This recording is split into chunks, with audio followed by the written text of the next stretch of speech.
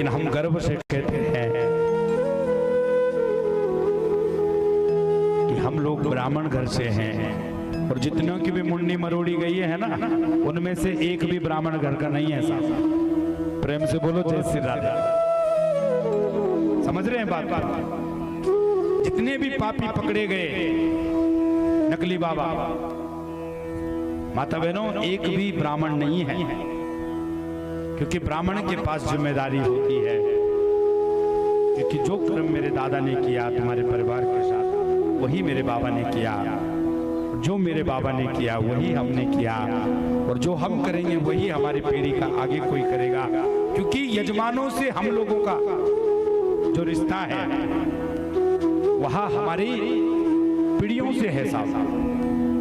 भले यजमान अमीर हो जाएं, थोड़ा बड़े हो जाएं, फिर कह दें कि हमने जो है नजदीक वालों को नहीं पूछना है, दूर दूर से सोचेंगे है कि यहाँ जब भी बड़ा यज्ञ आता है तो वैसे ब्राह्मण के लिए कोई जाति नहीं होती, तो उस समय कहते हैं कि साहब हम दूर के क्षेत्र से लाएंगे।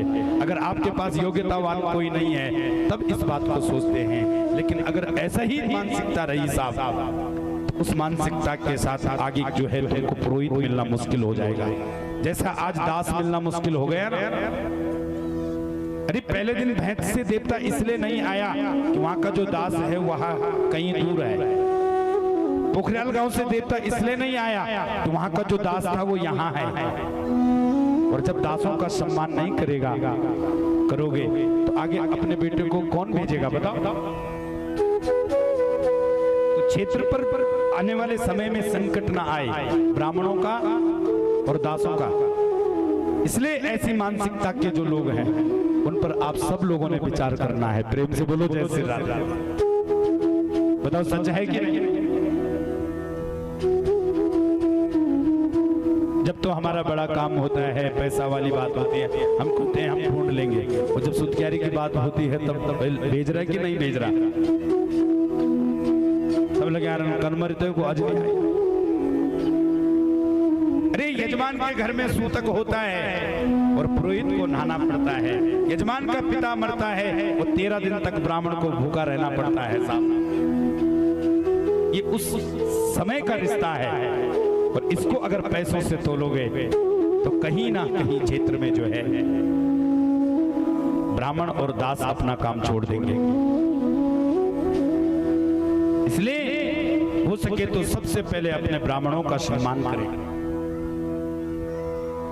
हो सके तो पहले अपने क्षेत्र की, ये पीड़ा मेरी नहीं है ये मत सोचना, भगवान की कृपा से पिछले महीने भी 3 कथा थी, आप श्री जानते हैं।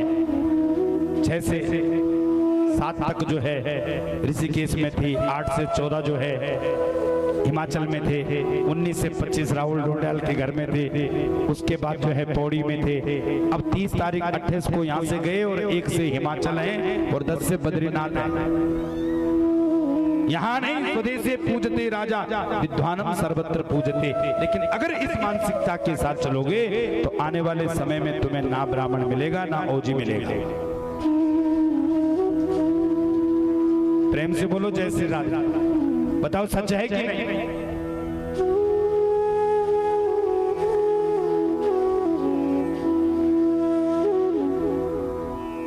इसलिए इस बात पर विचार करना है। हमारे सुख दुख के साथी होते हैं दो, एक ब्राह्मण और एक ओजी। अरे घर में बच्चा हुआ, ओजी ने जब बधाई बजाई तभी लगा तुम्हारे घर में खुशी आई, और जब तक ओजी घर में ना आए तब तक मरे हुए पिता की भी गति नहीं कर सकते।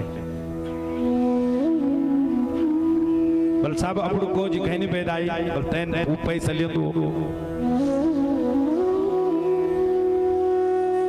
बताओ और पैसा नहीं लेते हैं क्या कर। अरे अब के लोग बहुत पैसा लेते हैं। अरे भाई पहले नहीं लेते हैं क्या कर। अरे अब के लोग बहुत पैसा लेते हैं। अरे भाई पहले के लोग, हम कहते हैं हमारे बुजुर्गों के साथ ऐसा कौन सा यजमान था हमारा जो खेतों में काम करने नहीं आता था? अरे वो खेतों में सहायता करते थे, हम पूजा पाठ में सहायता करते थे।